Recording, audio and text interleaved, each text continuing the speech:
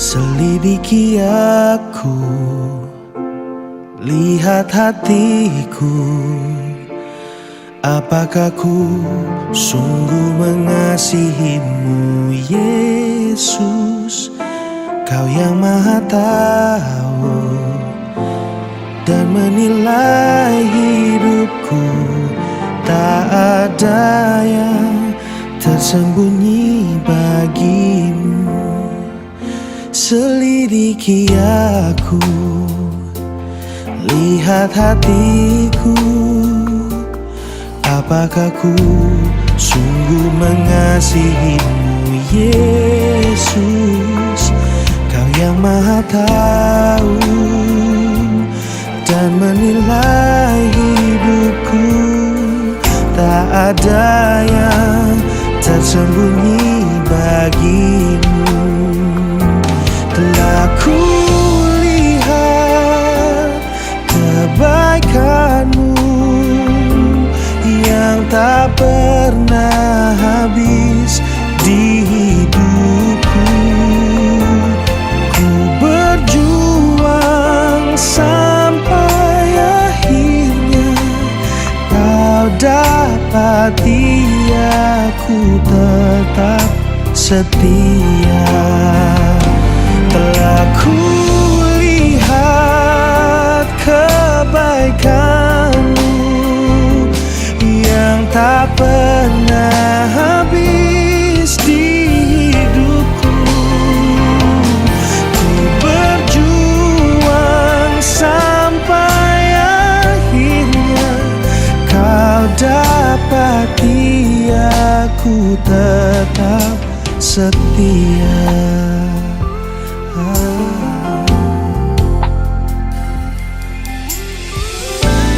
Dan bila saatnya kau datang menjemputku dalam terangmu, kau kan dapatiku setia. Lakukan firman-Mu.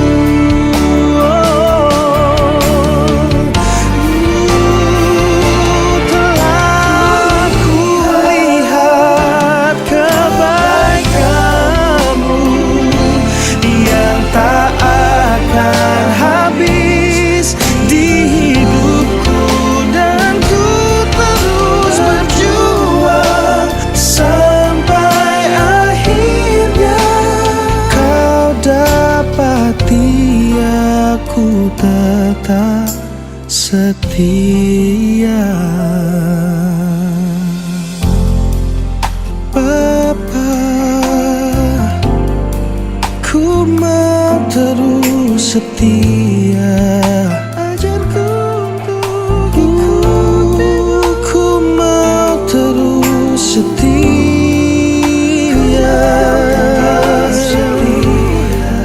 Ikuti yang kau mau, agar ku tetap setia sampai pada akhirnya.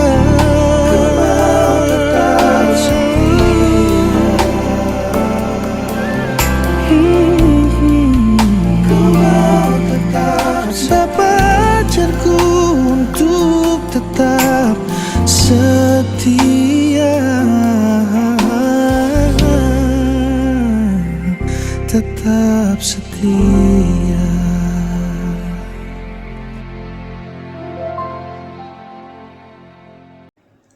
Shalom adik-adik, kita sudah menaikkan pujian dan penyembahan kita. Dan sekarang tiba saatnya kita akan mendengarkan firman Tuhan. Mari kita tundukkan kepala kita berdoa. Bapa kami dalam surga, terima kasih untuk kebaikan-Mu, untuk kasih setia-Mu, dan untuk rahmat-Mu yang selalu baru bagi kami. Terima kasih ya Tuhan, kami bisa bangun pagi dengan tubuh yang sehat. Itu semua karena anugerah-Mu. Saat ini ya Tuhan, kami ingin mendengarkan firman-Mu. Berikanlah pengertian kepada kami ya Tuhan. Kami mau duduk diam untuk mendengarkan sabda-Mu. Terima kasih ya Tuhan. Dalam nama Tuhan Yesus kami berdoa. Haleluya. Amin. Nah, adik-adik, tema renungan Kak Charles pada pagi hari ini adalah melemparkan kesalahan. Mari kita baca kitab di dalam kitab Kejadian 3 ayat 9 sampai 13. Kejadian 3 ayat 9 sampai 13. Mari kita baca bersama-sama ya. Tetapi Tuhan Allah memanggil manusia itu dan berfirman kepadanya, "Di manakah engkau?" Ia menjawab, "Ketika aku mendengar bahwa engkau ada dalam taman ini, aku menjadi takut, karena aku telanjang, sebab itu aku bersembunyi." Firman-Nya, "Siapakah yang memberitahukan kepadamu bahwa engkau telanjang? Apakah engkau makan dari buah pohon yang kularang engkau makan itu?" Ayat 12. Manusia itu menjawab, "Perempuan yang kau tempatkan di sisiku, dialah yang memberi dari buah pohon itu kepadaku, maka ku makan." Kemudian berfirmanlah Tuhan Allah kepada perempuan itu, "Apakah yang telah kau perbuat ini?" Jawab perempuan itu, "Ular itu yang memperdayakan aku, maka ku makan."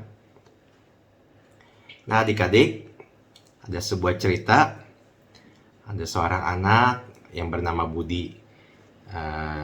Pada suatu hari si Budi terlambat bangun dari tidurnya, sehingga dia terlambat untuk sekolah online di rumahnya. Dia begitu panik, dia begitu kesal, dan dia marah-marah. Lalu dia menyalahkan ibunya karena ibunya tidak membangunkan dia, sehingga dia terlambat untuk sekolah online. Lalu ibunya pun menjadi marah-marah, menjadi kesal karena perlakuan si Budi.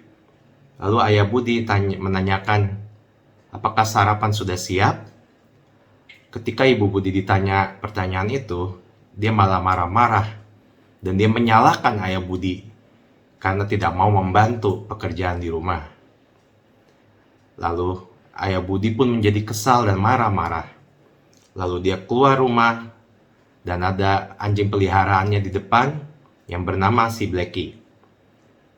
Karena ayah Budi begitu kesal dan dia marah, lalu dia tendang itu si Blacky, anjing peliharaannya.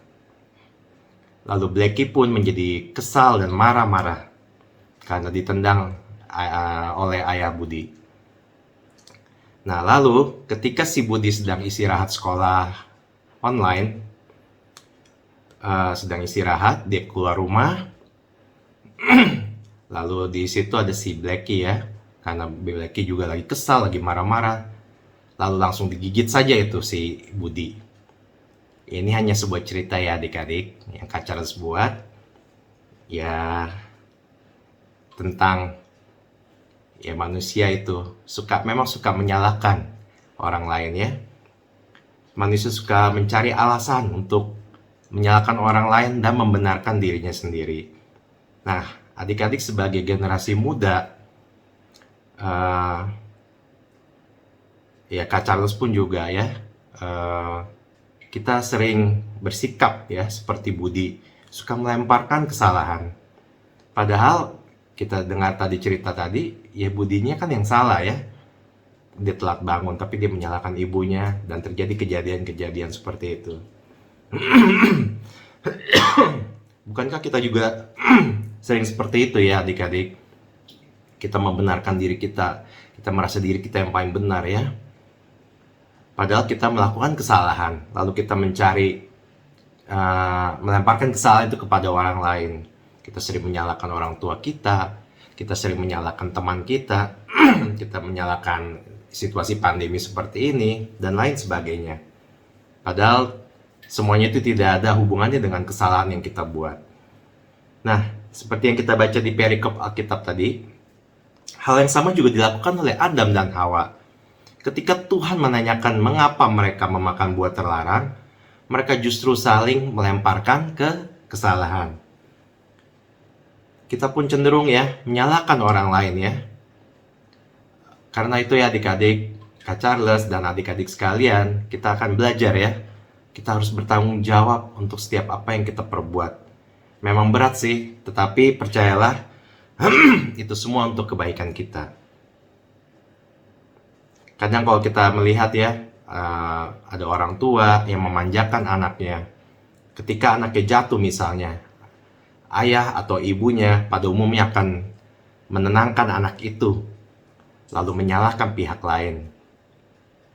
Misalnya si ibu akan berkata, "Aduh, kamu jatuh ya nak, kursinya nakal ya, sini." Ibu pukul kursinya. "Aduh, nak, kamu jatuh ya, lantainya yang nakal ya, sini ya." Ibu pukul lantainya ya. Dan begitu seterusnya. Ya banyak orang tua ya mengajarkan prinsip menyalahkan yang lain gitu sejak kita kecil. Bahkan ya seperti tadi, kursi atau lantai pun juga bisa disalahkan.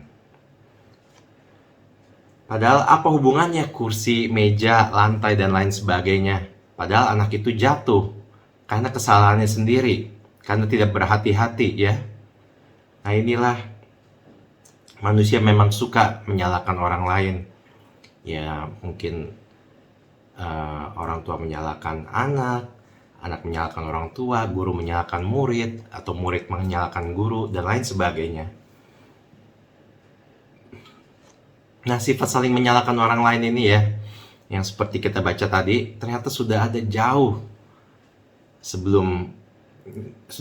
sebelumnya, yaitu waktu Adam dan Hawa ya, ketika masih di Taman Eden.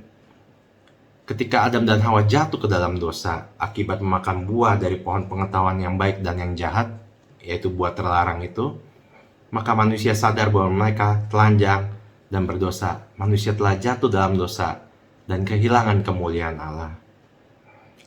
Oleh karena itu Adam dan Hawa pun bersembunyi ketakutan ketika Tuhan datang untuk bertemu dengan manusia dan memanggil Adam. "Di manakah engkau?" Saat itu Adam menjawab, "Ketika aku mendengar bahwa engkau ada di dalam taman ini, aku menjadi takut karena aku telanjang, sebab itu aku bersembunyi." Tuhan pun bertanya kepada Adam, "Siapakah yang memberitahukan kepadamu bahwa engkau telanjang?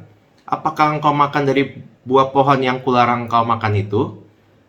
Perhatikan pertanyaan Tuhan kepada Adam ya adik-adik. Ada dua pertanyaan yang ditanyakan Tuhan, yaitu yang pertama, siapa yang memberitahukan kepada Adam bahwa ia telanjang? Dan yang kedua, apakah Adam makan buah pohon terlarang? Sebenarnya hanya ada dua pertanyaan yang Tuhan tanyakan. Tetapi kita bisa baca ya tadi adik-adik, bahwa Adam sama sekali tidak menjawab dua pertanyaan yang Tuhan tanyakan tadi. Melainkan justru mengatakan bahwa perempuan yang kau tempatkan di sisiku, dialah yang memberi buah pohon itu kepadaku, maka ku makan. Nah adik-adik, Adam justru melempar kesalahan kepada Hawa di hadapan Tuhan ya. Lalu Tuhan bertanya kepada Hawa, "Apakah yang telah kau perbuat ini?" Hawa juga tidak mau disalahkan ternyata adik-adik. Sehingga si Hawa juga menyalahkan si iblis ya. "Ular itu yang memperdayakan aku, maka ku makan buah itu." Nah, kita perhatikan ya bahwa Hawa juga sama sekali tidak mau mengakui kesalahannya, bahwa ia salah karena memberikan buah kepada Adam. Hawa memposisikan dirinya sebagai korban dari ular. Padahal jika mau jujur, sebenarnya Hawa juga salah karena ia sendiri yang memberikan buah terlarang itu kepada Adam. Nah, sejak kejadian itulah manusia menjadi makhluk yang suka menyalahkan orang lain. Bahkan jika tidak ada orang lain, mungkin benda mati pun disalahkan. Bahkan mungkin juga manusia menyalahkan iblis. Nah, apa yang kita dapat pelajari adik-adik? Sedari adik-adik masih muda, ya, mari kita belajar ya, untuk bertanggung jawab untuk apa yang setiap kita lakukan. Janganlah kita membiasakan diri untuk melempar kesalahan kepada orang lain. Demikian juga orang dewasa juga harus memiliki sikap bertanggung jawab. Seperti Kak Charles juga. Sampai sekarang Kak Charles juga berusaha ya untuk tidak melemparkan kesalahan kepada orang lain. Untuk bertanggung jawab atas setiap kesalahan yang Kak Charles perbuat. Jika Kak Charles salah ya, atau kita salah, ya mari kita mengakui kesalahan kita ya. Jangan melemparkan kesalahan kepada orang lain. Kita harus menjadi orang yang bertanggung jawab ya. Mulai dari hal-hal yang kecil. Karena apa adik-adik? Ketika kita nanti meninggal dan kita menghadap tata pengadilan Tuhan, kita harus mempertanggungjawabkan hidup kita secara pribadi di hadapan Tuhan. Karena pada saat itu, kita sudah tidak bisa lagi menyalahkan siapa-siapa. Nah, ada ayat yang bagus juga di dalam Matius 7 ayat 1-5. Tentang menghakimi. Jangan kamu menghakimi supaya kamu tidak dihakimi.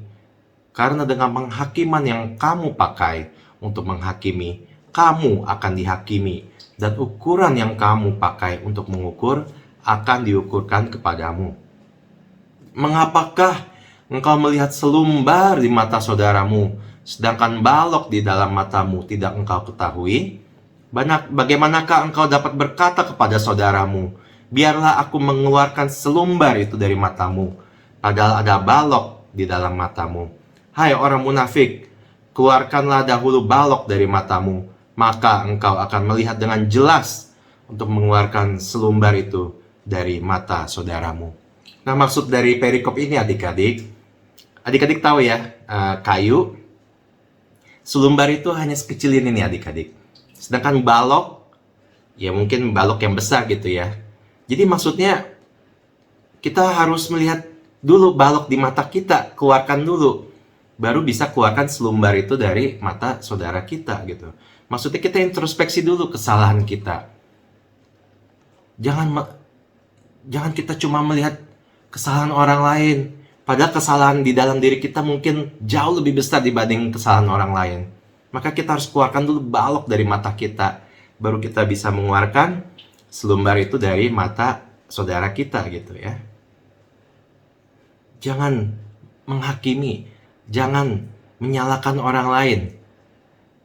Jangan selalu melemparkan kesalahan gitu kepada orang lain. Ya, kita harus introspeksi, kita harus lihat apa salah kita, mengapa ada problem, mengapa ada masalah, mengapa ada pergumulan, apakah yang harus kita perbaiki ya. Janganlah kita saling menghakimi. Ada seorang gembala sidang dan istrinya, mereka jadi meninggalkan pelayanan mereka karena terus disalahkan. Mereka tidak punya anak, mereka hidupnya susah, dan jemaatnya menghakimi gembala sidang dan istrinya. Mungkin kamu kurang berdoa, mungkin kamu kurang berpuasa, sehingga Tuhan tidak berkenan, sehingga kamu tidak punya anak, sehingga kamu tidak hidupnya susah gitu dan sebagainya. Perkataan-perkataan yang pedas seperti ini akhirnya membuat gembala sidang dan istrinya tersebut meninggalkan pelayanan, bahkan meninggalkan Tuhan karena kecewa ya dengan penghakiman-penghakiman yang mereka alami. Nah adik-adik, sebagai penutup mari kita baca di dalam Yohanes 9 ayat 1-3. Yohanes 9 ayat 1-3. Ini kisah tentang orang yang buta sejak lahir. Waktu Yesus sedang lewat, ia melihat seorang yang buta sejak lahirnya.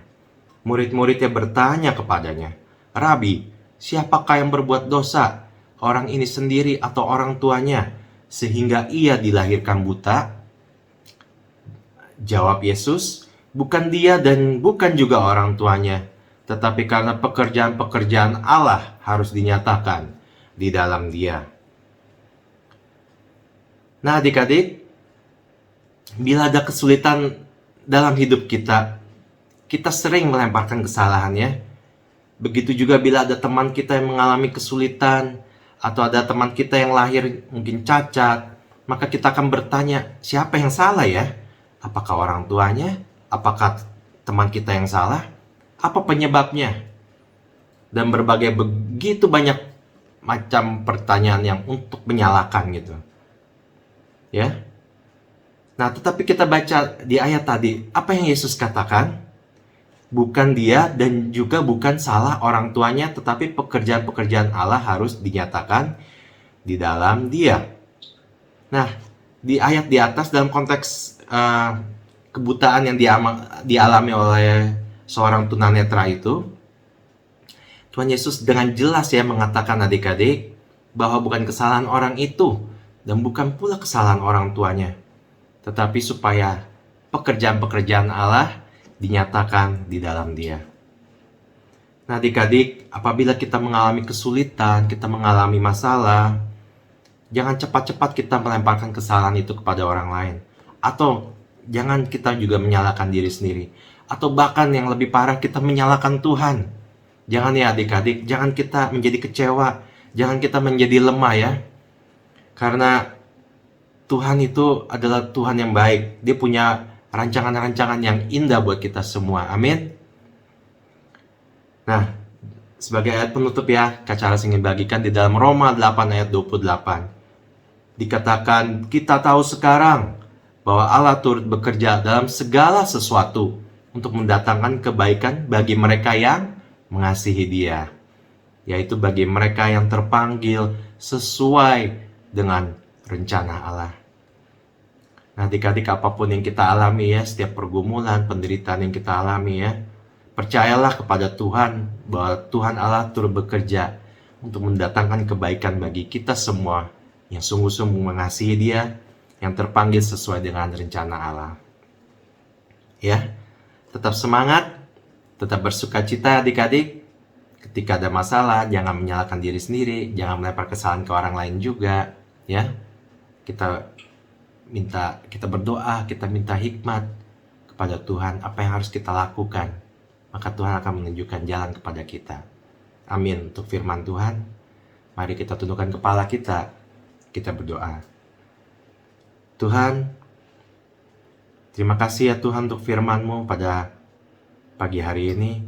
Kami belajar ya Tuhan untuk tidak melemparkan kesalahan kepada orang lain.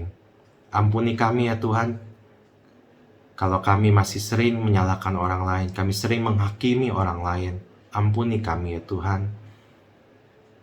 Kiranya Roh Kudus memberikan kekuatan dan menuntun jalan hidup kami, supaya kami hidup seturut dengan kehendak-Mu ya Bapa.